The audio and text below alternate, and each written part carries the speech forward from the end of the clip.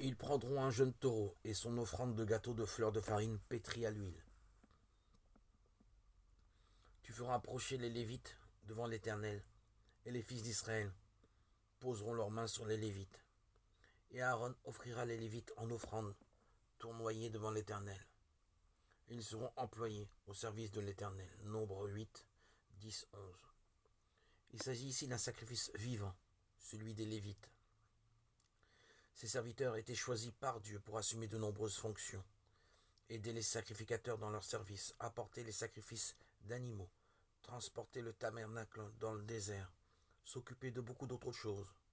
Les sacrificateurs et les serviteurs lévitiques étaient caractérisés par un engagement spécial envers Dieu. Ils devaient enseigner les fils d'Israël, mettre l'encens devant l'Éternel et présenter les holocaustes du peuple de Dieu. Deutéronome 38, 8, 10. Les Israélites s'identifiaient avec ses serviteurs en posant leurs mains sur eux, alors qu'ils se tenaient devant eux, qu'ils se tenaient devant Dieu. Pour leur consécration, les Lévites apportaient un jeune taureau accompagné d'une offrande de gâteau pétri à l'huile, puis un autre jeune taureau en sacrifice pour le péché. Sans les différents aspects de l'œuvre accomplie par Christ représentés par ces sacrifices, nous ne serions pas davantage que les Lévites en mesure de servir correctement. Aaron présentait ensuite les Lévites comme un sacrifice à Dieu. Leur fonction pouvait alors commencer. Une distinction claire existait entre les tâches des sacrificateurs et celles des Lévites.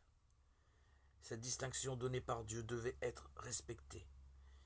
Mais Corée, un Lévite, s'est révolté et a rejeté l'autorité de Moïse. Il voulait être sacrificateur comme Aaron, nombre 16. Ce genre de rébellion, vouloir exercer un autre service que celui que le Seigneur nous a départi, en enviant le service d'un autre, a également été un fléau pour l'Église tout au long de son histoire. Pour servir la purification est nécessaire.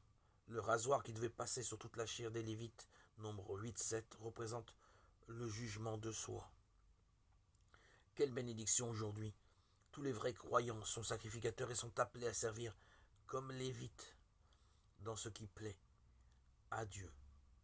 Présentons nos corps en sacrifice vivant, Romains 12, 1, pour servir d'une manière qui réjouisse le cœur de notre Dieu.